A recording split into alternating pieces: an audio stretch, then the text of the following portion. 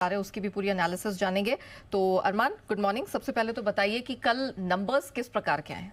जी good morning. नतीजे जिसमें आते हुए दिखे हैं आपको गोदरेज कंज्यूमर की सबसे पहले बात करें, अनुमान से बेहतर नतीजे आते हुए दिखे हैं। आय लगभग 2% बढ़ी है, मार्जिन्स 20.2% से बढ़कर 23% पर आते हुए दिखे हैं, अनुमान 22% का ही था।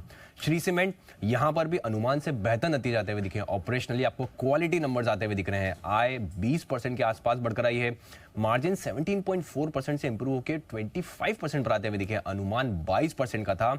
मुनाफे में भी लगभग दोगुना से के आसपास जो है मुनाफा आता हुआ दिखा है। अनुमान था 550 करोड़ का, मुनाफा 734 करोड़ के आसपास आता हुआ दिखा है।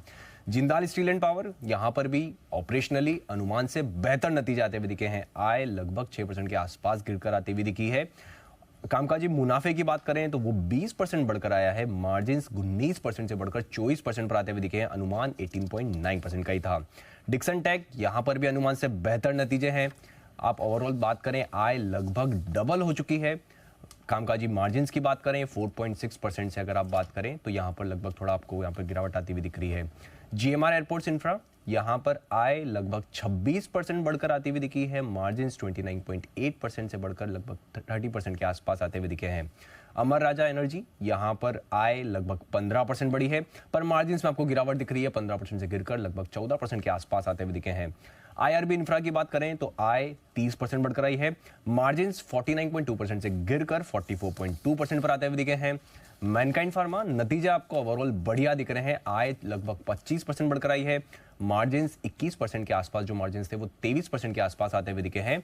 और अंत में वेस्ट लाइफ फूड वर्ल्ड आपको आय 2% गिरकर आई है, मार्जिन 17% से गिरकर 15% पर आते हुए दिखे हैं। और इसी के चलते मुनाफा देखें तो वहां पर भी 53% की आपको गिरावट दिख रही है। ओके, चलिए, तो अरमान ने आपको ये तो बता दिया कौन कौन से नंबर्स आए हैं और क्या एनालिसिस उसकी रही है, लेकिन खबरों के दम पर कहाँ का एक्शन रहेगा? ऑफ कोर्स अरमान, आज भी तो कुछ नंबर्स एंटिसिपेटेड है। बिल्कुल, आज भी नतीजे कई सारे हैं, जिसमें सबसे पहले अगर आप बात करें निफ्टी में Titan, Adani ports, Adani enterprises के नतीजे हैं। एफएनओ में भी लिस्ट काफी लंबी, Aditya Birla capital, Bata India, India cement, India hotel आदि का जैसी कंपनियां हैं जिनके आपको नतीजे आते हुए दिखेंगे। जनवरी ऑटो सेल्स का डेटा है। टाटा मोटर्स पीवी की कीमतों का औसतन 0.7% में से बढ़ोतरी है। गोकुलदास एक्सपोर्ट्स यहाँ पर नतीजों के साथ साथ फंड जुटाने पर विचार किया जाएगा। ऑर्बिट एक्सपोर्ट्स यहाँ पर भी नतीजों के साथ साथ बायबैक पर विचार किया जाएगा। एक्सडेट कई सारे स्टॉक्स में है, जिसमें सीएससी इंटरिम डिविडेंड 4.5 का, हैवेल्स इंडिया इंटरिम डिविडेंड 3 का, और इंडिया बुल्स हाउसिंग फाइनेंस जहां पे राइट इश्यू है। आईपीओ अपडेट में बीएलएसई सर्विसेज, इनका आईपीओ आज बंद होगा। ओवरऑल सब्सक्रिप्शन लगभग 42.7 टाइम्स बढ़ता हुआ दिखा है, जिसमें क्यूआईबी का हिस्सा 2.7 टाइम्स है। एनआई की बात करें 94 टाइम्स बढ़ता हुआ दिखा है, और रिटेल का 125 गुना बढ़ता हुआ दिखा है। खबरों में पेटीएम पेमेंट्स बैंक पर आरबीआई की सख्ती रखती हुई दिखी है। आरबीआई ने नए ग्राहक जोड़ने पर पाबंदी लगाई है। 1 मार्च से नए डिपॉजिट टॉपअप पर भी रोक लगी है, और इस पे कंपनी का बयान भी आता हुआ दिखा है। उन्होंने कहा है कि आरबीआई के इस कदम से कंपनी के एबिटा पर 300 से 500 करोड़ का असर होता हुआ दिखेगा।